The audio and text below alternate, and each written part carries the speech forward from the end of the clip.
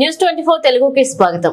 వనపర్తి జిల్లా కొల్లాపూర్ నియోజకవర్గ పరిధిలో చిన్నంబావి మండలం అమ్మాయిపల్లె గ్రామంలో మందకృష్ణ మాదిగ చిత్రపటానికి అమ్మాయిపల్లె గ్రామస్తులు పాలాభిషేకం నిర్వహించారు.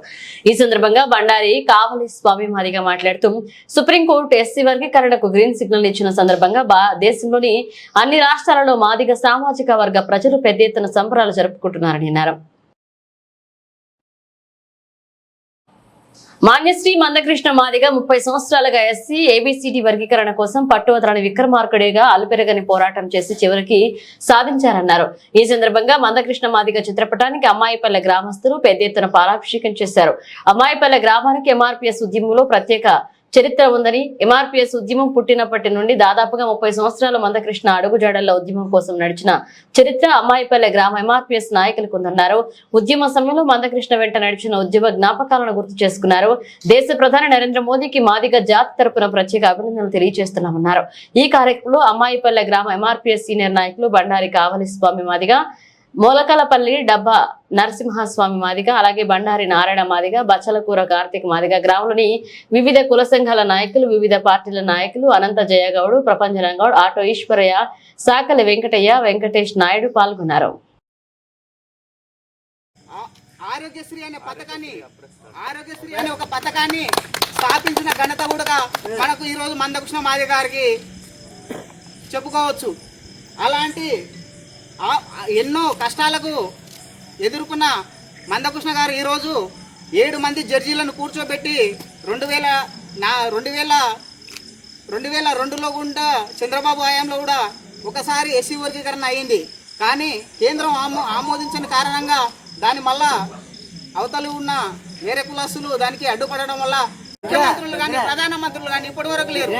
కొన్ని వర్గాలకు మాత్రమే అది ఒక రాజకీయం అనేది కొన్ని వర్గాలకు మాత్రమే పరిమితమైంది. కాబట్టి అలాంటి ఆలోచన ఉండకుండా అంబేద్కర్ గారు ఇన్ని రోజుల నుండి ఎప్పటి నుండో కష్టపడి బువ్వ తినక ఆయన కూడా ఎస్సీ ఎస్టీ బీసీ మైనార్టీలకు అందరికీ సమాన హక్కులు కావాలని చెప్పేసి వాళ్ళ భార్యతో పాటు 4 పిల్లలను చంపుకున్న పరిస్థితి ఉంది.